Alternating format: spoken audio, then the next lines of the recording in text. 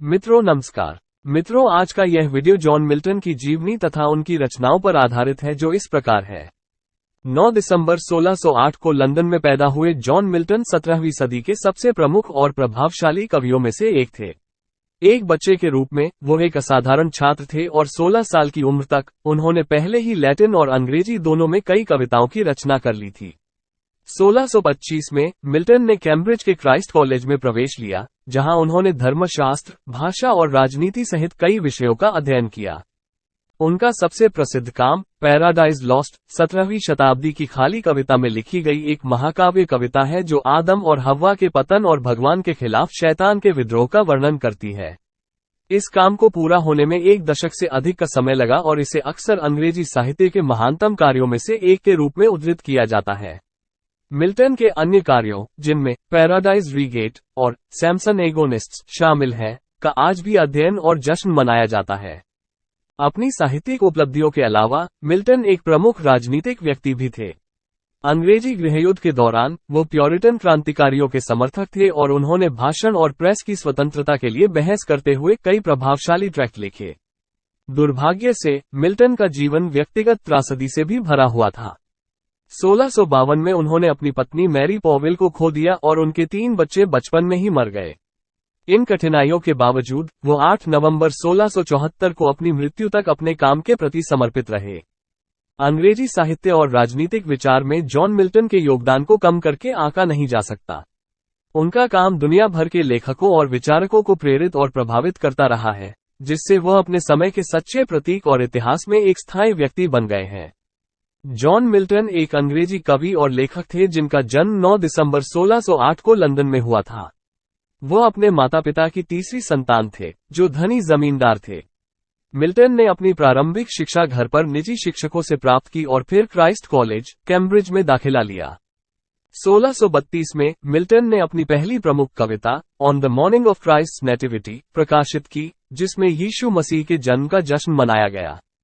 हालांकि उनकी सबसे प्रसिद्ध कृति महाकाव्य कविता पैराडाइज लॉस्ट है, जो 1667 में प्रकाशित हुई थी। यह कविता ईडन गार्डन में एडम और ईव के अनुग्रह से गिरने और भगवान के खिलाफ शैतान के विद्रोह की कहानी बताती है। मिल्टन राजनीति में भी शामिल थे और उन्होंने अंग्रेजी गृहयुद्ध के दौरान प्योरिटन मुद्दे का समर्थन किया। उन्होंने इंग्लैंड के राष्ट्रमंडल के नेता ओलिवर क्रॉमवेल के सचिव के रूप में कार्य किया। राजशाही बहाल होने के बाद मिल्टन को किंग चार्ल्स प्रथम की फांसी में शामिल होने के लिए गिरफ्तार किया गया था, लेकिन बाद में उनके अंधेपन के कारण उन्हें रिहा कर दिया गया था। अपने पूरे जीवन में मिल्टन कई बीमारियों से पीड़ित रहे और अंततः 1652 में उनकी आंखों की रोशनी चली गई। इसके बावजूद उन्होंने 8 नवंबर 1674 को अपनी मृत्यु तक अपनी कविता लिखना और निर्देशित करना जारी रखा। एक लेखक और कवि के रूप में जॉन मिल्टन की विरासत सदियों से पाठकों और लेखकों की पीढ़ियों को प्रेरित करती रही है।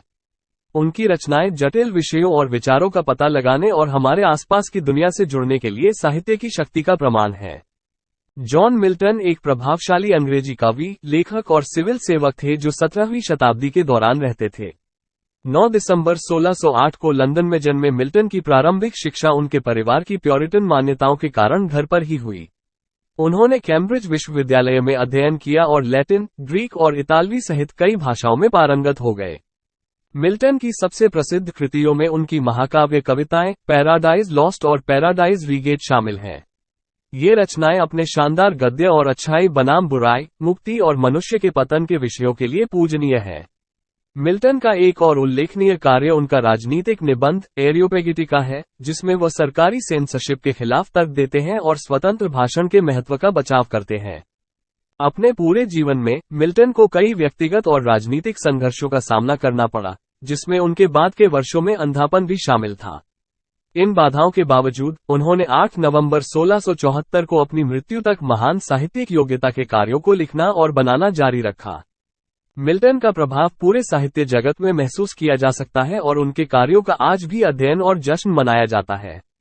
उन्हें व्यापक रूप से अंग्रेजी भाषा के महानतम लेखकों में से एक माना जाता है। यह विरासत सदियों से चली आ रही है।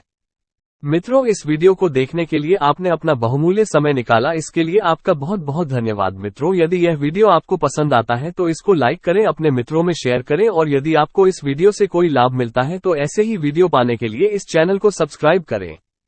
Thank you once again.